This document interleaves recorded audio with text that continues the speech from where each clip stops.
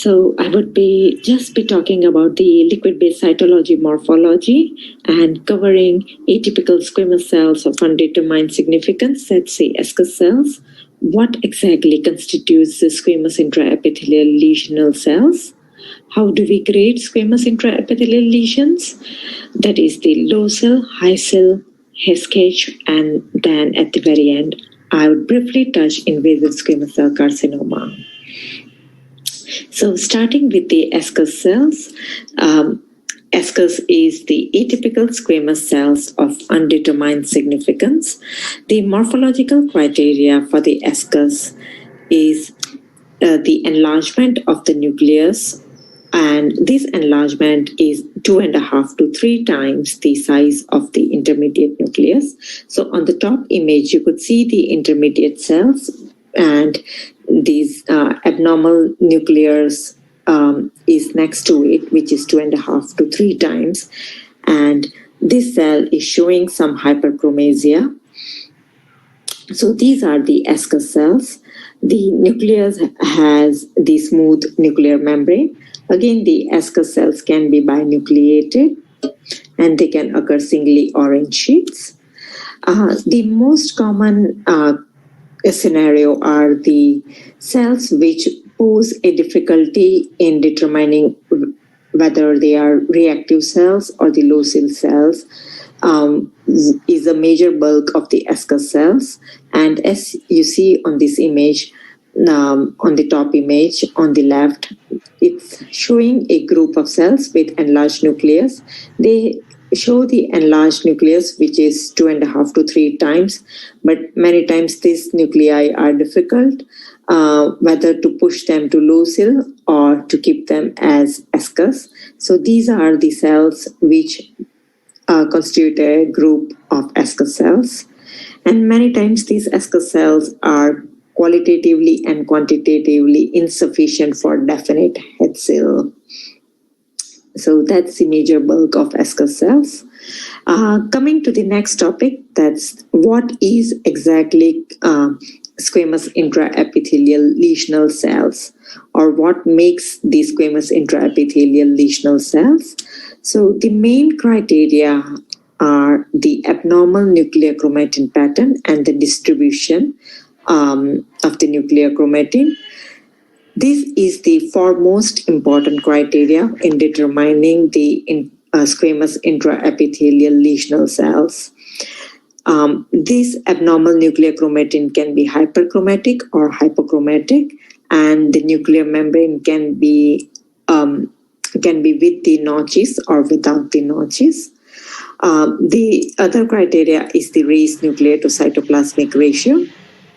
So there is a pictorial image on the right-hand side of this slide, which shows the nucleus, which is divided into 4 quadrants, and it has the coarse nuclear chromatin, which is abnormal nuclear chromatin. And if you compare the distribution within these 4 quadrants of the nucleus, it is unequal.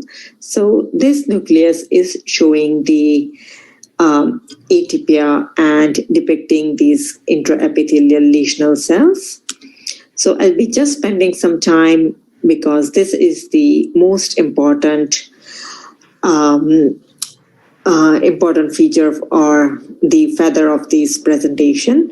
So starting with the normal chromatin pattern. So these image on the right shows the intermediate cell, which has the nice normal looking nuclei. There may be some folds within the nucleus with the LBC preparations, but the nuclear chromatin is fine and it's evenly distributed when the nucleus is divided into 4 quadrants. And the abnormal nuclear chromatin pattern is either finely speckled, as shown over here on the image on the left, the top image on the left. It could be either finely speckled and punctated, or the salt and the pepper type nuclear chromatin. And then it could be coarse or densely hyperchromatic nuclear chromatin, which is definitely abnormal. So these are the abnormal nuclear chromatin pattern. So again, I'm reiterating that the abnormal nuclear chromatin pattern and its distribution are the foremost important criteria to determine whether the cell is showing intraepithelial lesional abnormality. So again, I'm just reiterating that these are the group of cells with irregular nuclear membrane showing hyperchromasia, and when you divide the nucleus into 4 quadrants, it's showing the abnormal nuclear chromatin distribution. So these are the cells which are showing the squamous intraepithelial lesional abnormalities. The nuclear chromatin can be hyperchromatic, as shown on the figure on the left, or else it can be hypochromatic. The nuclear membrane abnormality may or may not be present. So on the left, there are images to compare with the normal nuclear membrane. The image on the left bottom is the image with the abnormal nuclear membrane showing the deep notches or the irregular nuclear membrane. Again, there is an image on the right bottom which shows the abnormal nuclear membrane. So once you have detected that the cells are showing the squamous intraepithelial abnormalities, how do we grade them? So that whether is it the low SIL or the high SIL? So for low SIL lesions, the abnormal nucleus occupies less than 50% of an area of cytoplasm in mature cells, while in high-grade squamous intraepithelial lesions, the abnormal nucleus occupies more than 50% of the cytoplasmic area, and that is commonly seen within the less mature cells, that is the small-sized or the parabasal or the basal cells. So starting with the low SIL, so the morphological criteria of the low SIL nuclei would be showing enlarged nucleus, which is 3 times the size of the intermediate nucleus with the abnormal nuclear chromatin and the distribution pattern. The nucleus may have notches or not, and the abnormal nucleus occupies less than 50% of the side of the cytoplasmic area. Again, these low SIL cells can be found singly or in groups. They can be seen within the binucleated or the multinucleated cells, and coilocytosis are strongly associated with the low SIL.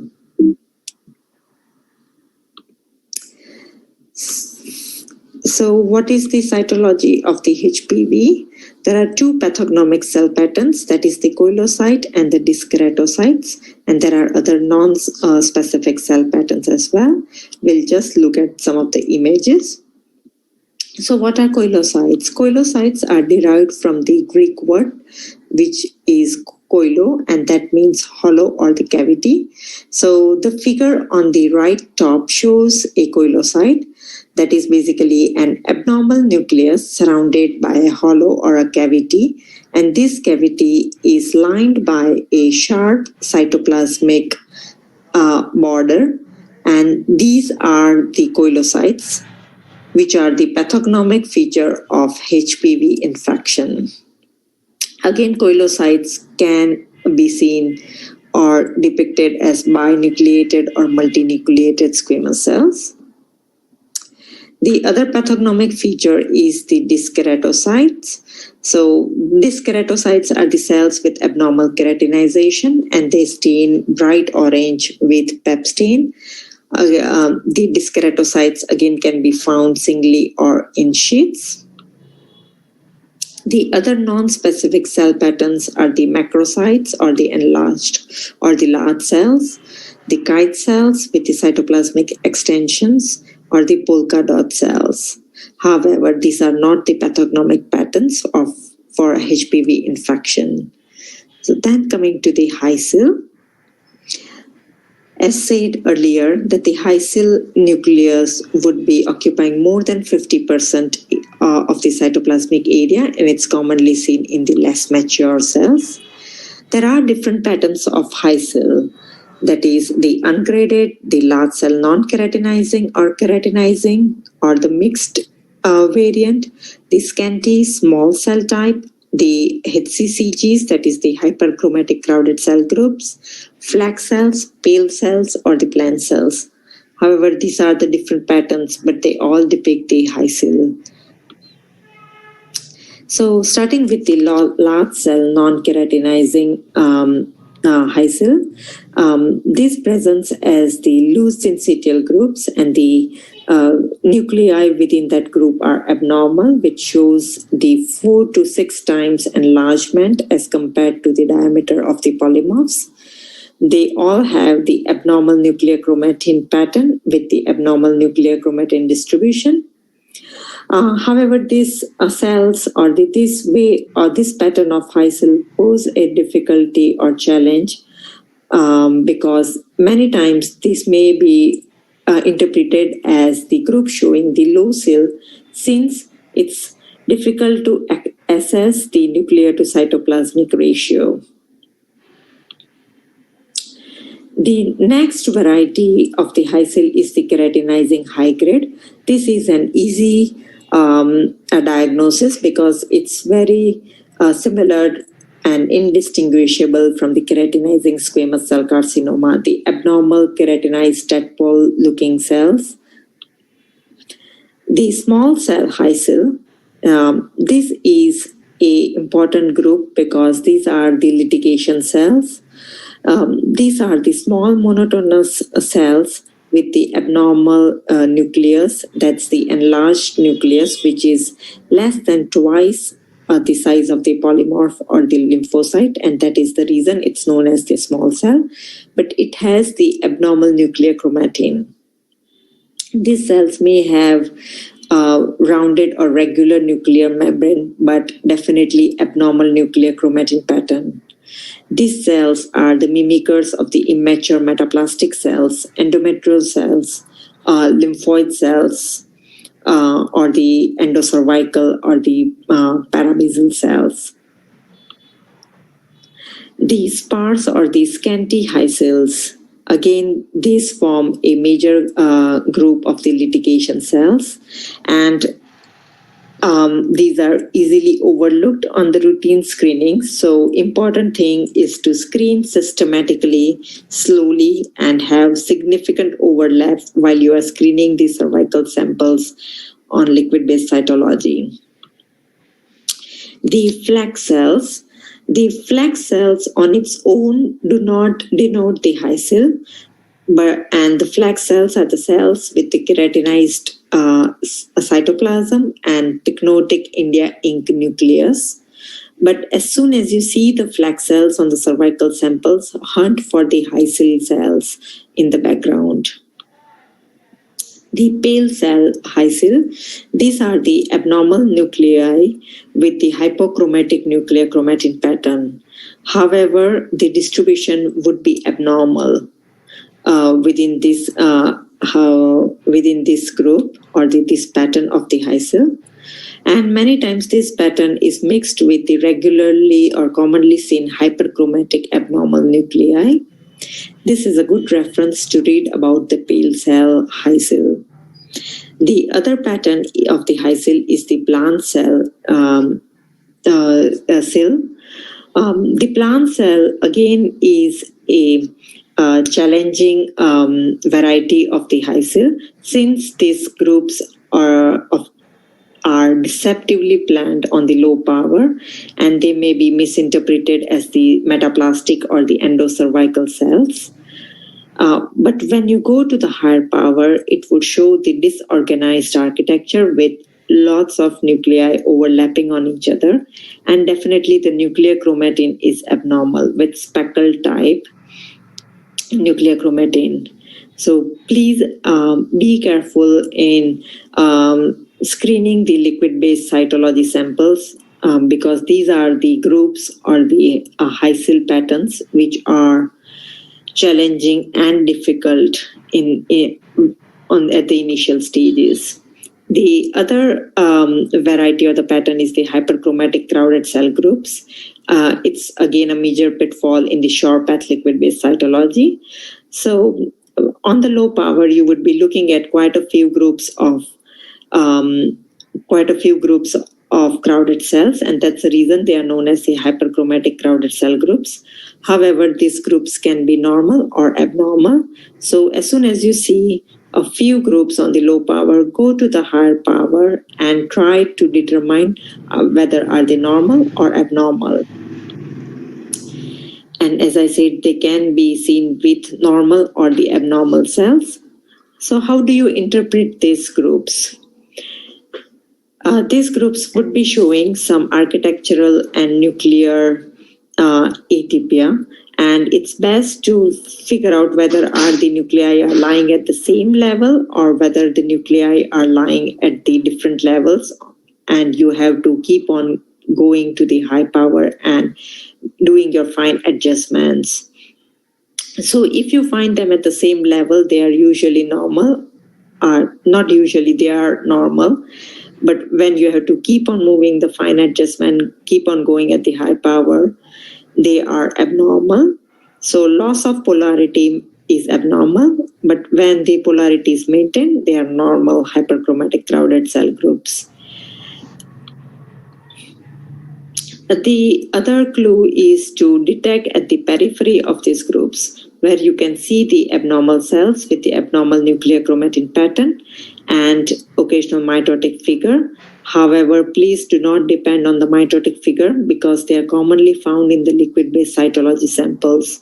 So please determine whether the groups are normal or abnormal. On this slide, all of these images are abnormal. The other clue is to look for the isolated single atypical cells away from the hyperchromatic crowded cell group, and that may help you or point you towards the diagnosis. The other challenging problem with the HCCGs are to determine whether it is a seen infiltrating into crypts or are they atypical endocervical cells favoring neoplasm. However, this topic would be more dealt with on the following lectures.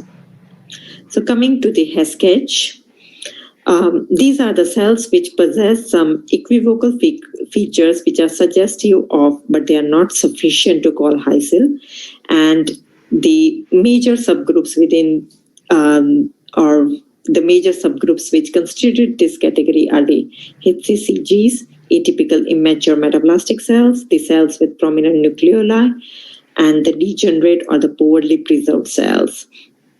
Again, on these images, you see some of the hyperchromatic crowded cell groups with nuclear enlargement, but not much of the nuclear membrane irregularity or not having any prominent nucleoli.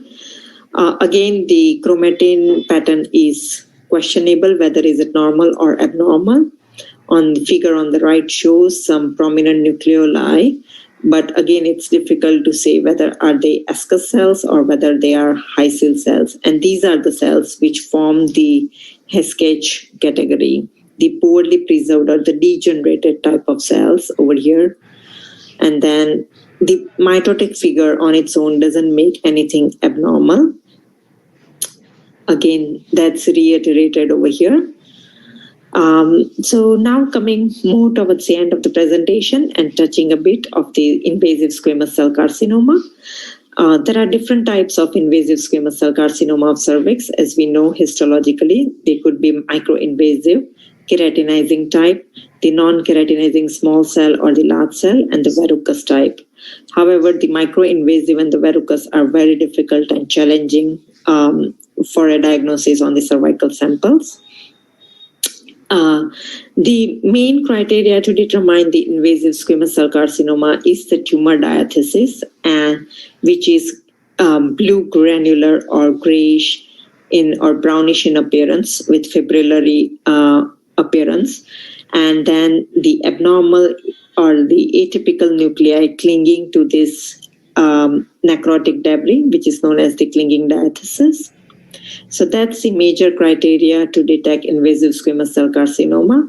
Again, some more images of clinging diathesis.